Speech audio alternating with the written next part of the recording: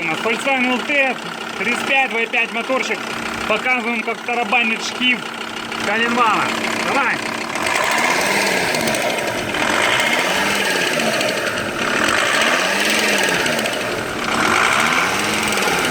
А ну плавно увеличь обороты.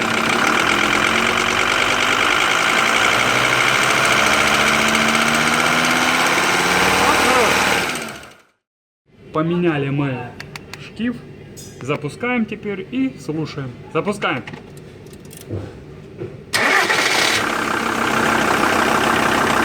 Плавно увеличь обороты.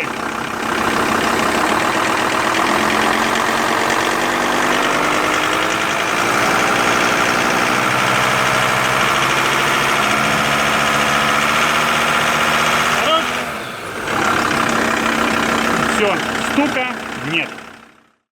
Наша команда профессионалов успешно выполняет сложные ремонты, применяя оптимальные решения для обеспечения надежности и длительного ресурса двигателей.